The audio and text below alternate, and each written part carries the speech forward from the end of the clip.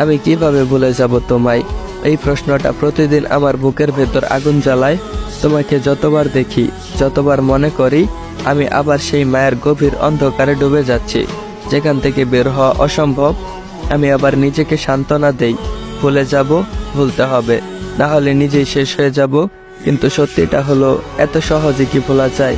ভুলে যাওয়া এতটা সহজ নয়, কারণ তোমার স্মৃতি শুধু চোখে নয়, আমার শিরা উপশিরায়, আমার প্রতিটা নিঃশ্বাসে, আমার প্রতিটা স্বপ্নে মিশে গেছে। প্রতিদিন সকালে ঠিক করি, আজ থেকে নতুন জীবন শুরু করব।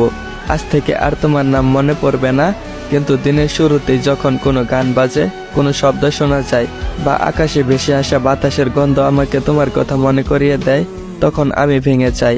আমি চেষ্টা করি ভেতরের জ্বরটাকে সামলাতে, কিন্তু সত্যি বলতে কি, আমি কেবল অভিনয় করি নিজেকে শক্ত দেখানোর জন্য। আসলে আমি জানি তোমাকে ভুলে যাওয়া আমার পক্ষে সম্ভব নয়।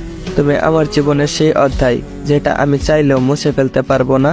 আমি যতই অন্য পথে হাঁটার চেষ্টা করি, তুমি আমার সাথে থেকে যাও, আমার ভেতরের গভীর এক কোণে চিরস্থায়ী হয়ে।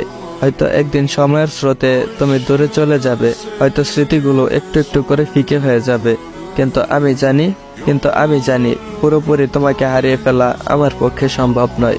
মনের কোনো এক কোণে তোমার জন্য ভালোবাসাটা সারা জীবন থেকেই যাবে।